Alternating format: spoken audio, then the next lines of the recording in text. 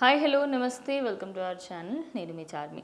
ఇప్పుడు వైఎస్ జగన్మోహన్ రెడ్డికి సంబంధించి ఇప్పుడు ఏదైనా పార్టీ ఓడిపోయింది అంటే దానికి గల కారణాలు ఎన్నో ఉంటాయి.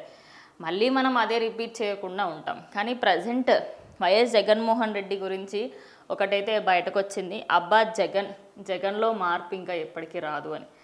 ఎందుకు ఆ మాట అంటున్నారు అంటే నిజంగానే ఇంకా మార్పు రాదు అని క్లియర్గా అర్థమైపోతుంది.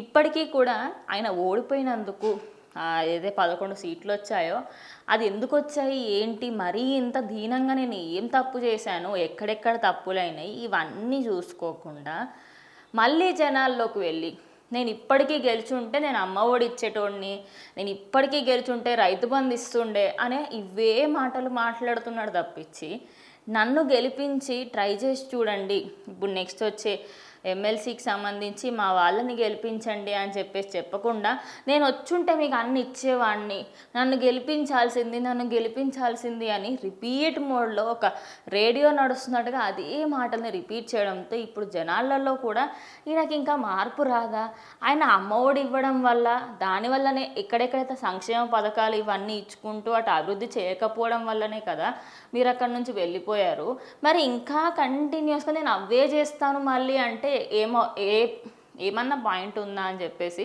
ఇప్పుడు జనాలలో ఒక బిగ్గెస్ట్ డౌట్ అనమాట. ఎందుకు అంటే ఇప్పుడు సంక్షేమ పథకాలు ఇచ్చాను, నా అక్క చెల్లెళ్ళకు అవ్వ తాతలకు ఇంటింటికి పెన్షన్ కూడా పంపించిన, మరి ఇన్ని చేసినా కదా నన్ను ఎందుకు గెలిపించలే అనే ఒక టాపిక్లోనే ఉన్నారు తప్పించి దానికి గల కారణాలు ఏమిటి?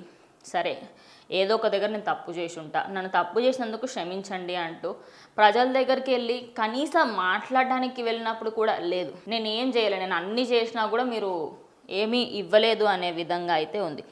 మార్పు రావట్లేదు అని జనాలే అనుకుంటున్నారు. అదేవిధంగా అపోజిషన్లో ఉన్న వాళ్ళందరికీ కూడా ఆయన ఇప్పుడు ఒక ఛాన్స్ ఇస్తున్నాడు, ఇప్పుడు మీరు నన్ను ఇంకా మాటలు అనండి అనే విధంగా. మరి ఇప్పటికీ కూడా ఆయనలో ఎలాంటి మార్పు లేకపోవడంతో జనాలు ఇంకా నెక్స్ట్ టైం కూడా ఆయన పైన హోప్స్ అన్నీ వదిలేసుకున్నాడు అనుకోవచ్చు. మరి వెయిట్ చేసి చూద్దాం అసలు ఎలా ఉంటుంది ఏంటి.